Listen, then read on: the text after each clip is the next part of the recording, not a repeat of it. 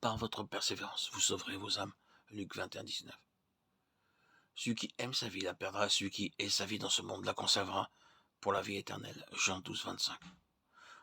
Nous ne sommes pas de ceux qui se retirent pour se perdre, mais de ceux qui ont la foi pour sauver leur âme. Hébreux 10, 3, 9.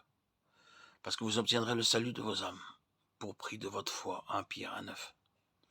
En lisant Luc 21, 5 à 19, nous pouvons aisément nous apercevoir que ce passage des Écritures parle du salut de l'âme.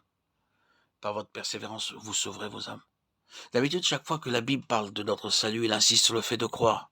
Ici, cependant, il est dit que par la persévérance, nous sauverons nos âmes. Donc, il doit y avoir une différence entre le salut de l'âme et le salut de l'esprit.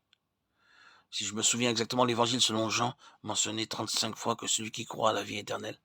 Dans tout le Nouveau Testament, il n'y a pas moins de 150 cas où apparaissent des affirmations comme croire et être justifié, croire et avoir la vie éternelle, croire et être sauvé, et ainsi de suite. Pourtant ici, il est parlé de persévérance. La persévérance est une œuvre, elle n'a pas la foi. D'où que le salut de l'âme est tout à fait différent de simplement avoir la vie éternelle. Lisons attentivement ce passage de Luc 21 et considérons comment il parle du salut de l'âme. Comme quelques-uns parlaient des belles pierres, des objets apportés en offrande qui faisaient l'ornement du temple, Jésus dit, les jours viendront où de ce que vous voyez, il ne restera pas pierre sur pierre qui ne soit renversée. Ils lui demandèrent, Maître, quand donc cela arrivera-t-il et à quel signe connaîtra-t-on que ces choses vont arriver? Le temple mentionné est le temple saint à Jérusalem. Vous se rapporte aux disciples. De ce que vous voyez indique la destruction du temple dans les jours qui viendront, dit le Seigneur Jésus, où il ne restera pas pierre sur pierre. Le verset 7 mérite une attention particulière. Ici, la question semble être la même que celle du passage parallèle de Matthieu 24. Toutefois, il y a une grande différence entre elles. C'est pourquoi nous allons les comparer de plus près.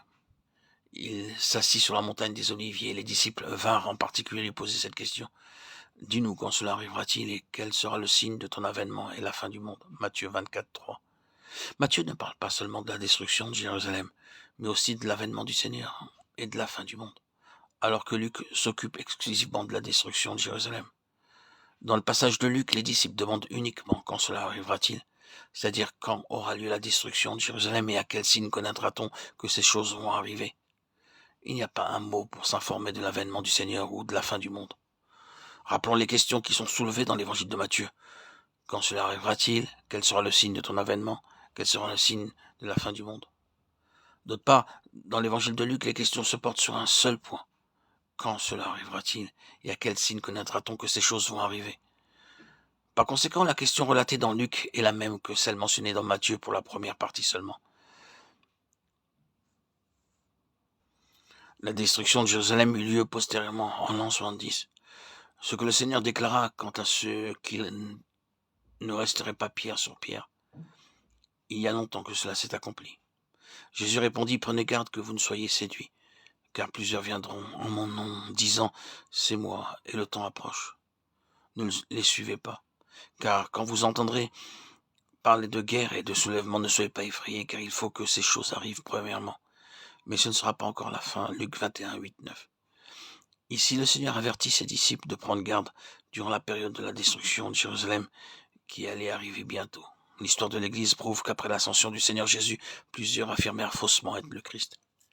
Et ainsi le Seigneur voulait que les siens sachent que bien que plusieurs viennent proclamer faussement être le Christ, et quoi qu'il y ait des nouvelles de guerre et de tumulte, la fin sera encore à venir. Par votre persévérance, vous sauverez vos âmes. Les disciples sont tenus pour responsables lorsque toutes ces souffrances et persécutions viendront s'abattre sur eux. Ils auront besoin de demeurer persévérants, et ainsi ils sauveront leur âme.